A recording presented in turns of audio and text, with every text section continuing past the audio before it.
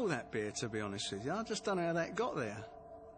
If we didn't have evidence, could we tell from his face whether he was telling the truth?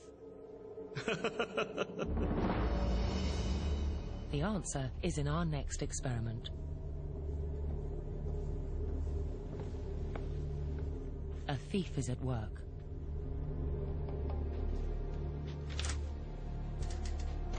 A shadowy figure has entered the post room at Rutgers University in New Jersey, America.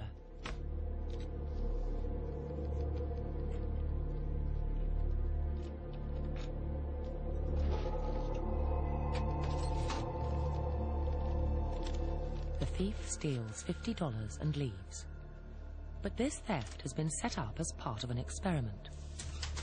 These 3 students were all given the same opportunity to steal. Now we're going to find out which of them did. They'll be grilled by interrogator Dr. Jack Grasso. And behind a two-way mirror, psychologist Dr. Mark Frank, an authority on lying, will be looking for the telltale signs of guilt. As they enter the interrogation room, they will all want to control the impression they create so that they're believed. If they're guilty and don't get caught, they can keep the money. If they're innocent, Dr. Frank says he can spot a liar just by looking at their face. Can you? Are you lying to me right now? Not at all. It would be wrong for me to say something that I didn't do. I can't confess to something I didn't do. There's no really easy guide to lying, no easy guide to truth-telling. There's no Pinocchio response. There's nothing that simple. There are some, books that list some of these things, like, touching the nose is one, To touch the nose means you're lying. Well, nobody's ever found any reliable information about that. Dr. Frank thinks he's found a better way. He spent the last 12 years analyzing the faces of 1,000 liars and truth-tellers. Now he reckons he can tell them apart. He believes that when liars become anxious, they can't stop themselves appearing for a split second to be afraid. It's somebody struggling with and trying to suppress the fear, and yet it's still leaking through in some places. And sometimes in different parts of the face are leakier than others. As Adam takes first place in the hot seat, Dr. Frank's watching for raised eyebrows drawn together in the middle or a grimacing, downturned mouth, both features of fear. Is it your intention to answer every question about the theft of that money truthfully? Yes. Describe exactly what happened, what you saw and did when you were in that room.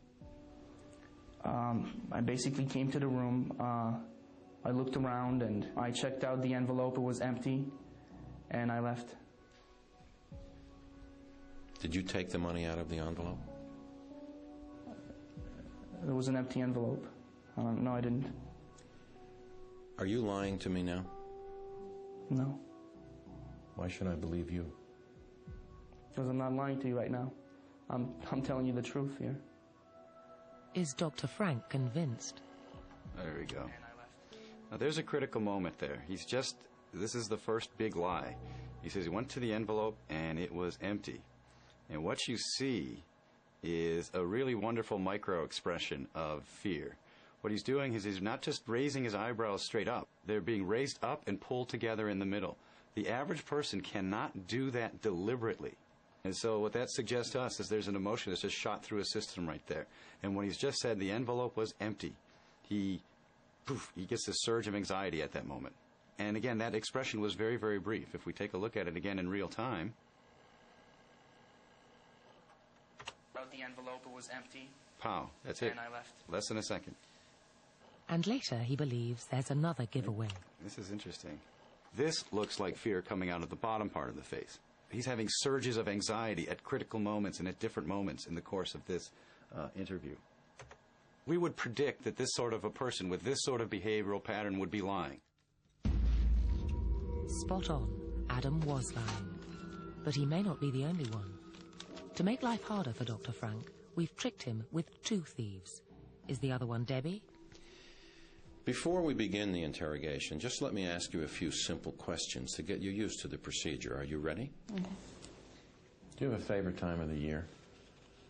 Summer. Really, why? What makes it good for you? Vacation. Or is it Georgia? Is it your intention to answer all of the questions regarding the theft of that money truthfully? Yes.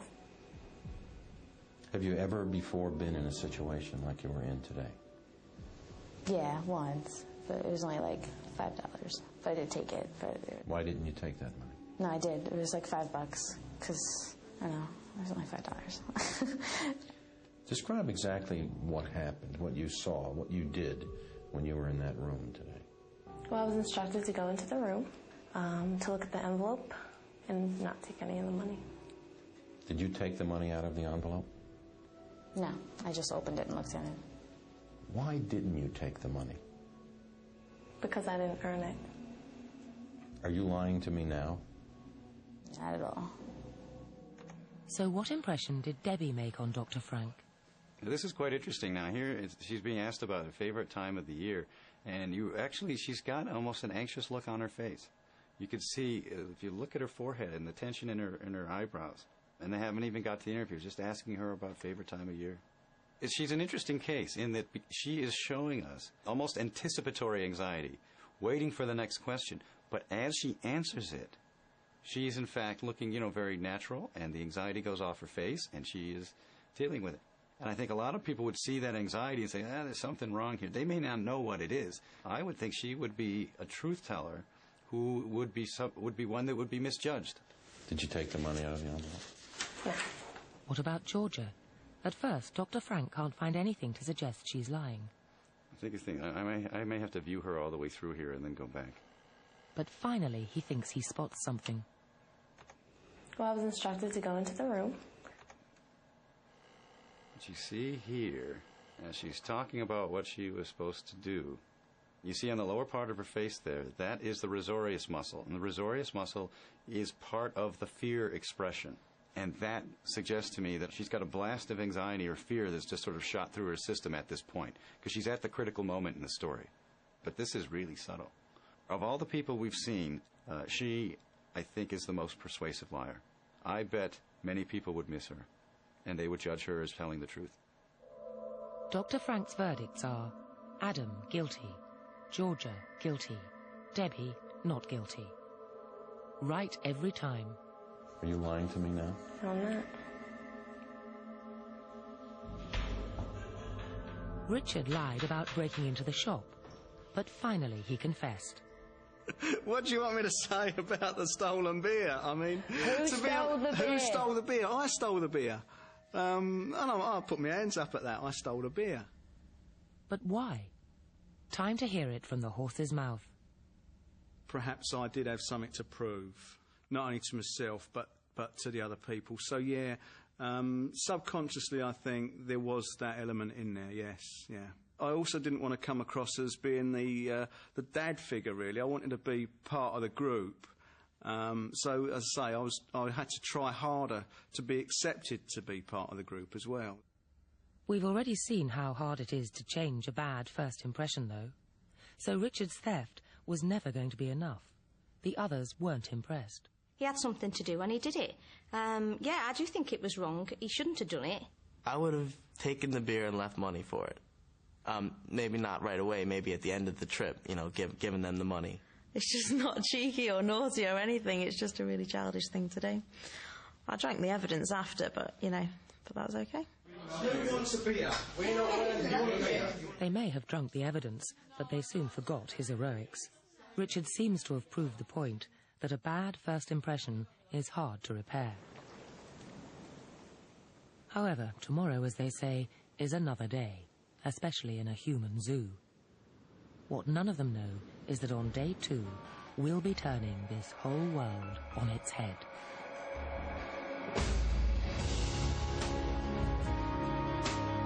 Today we're splitting you into 2 groups.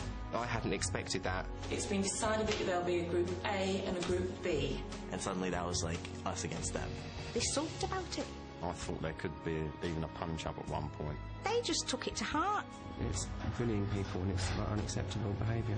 When it started getting a bit competitive and a bit heated, I thought, oh, heck. She definitely is going to have to pay a price for that. That was really good! Now she's enjoying the power, the real power that being a red has. Yes! Yes, yes, yes!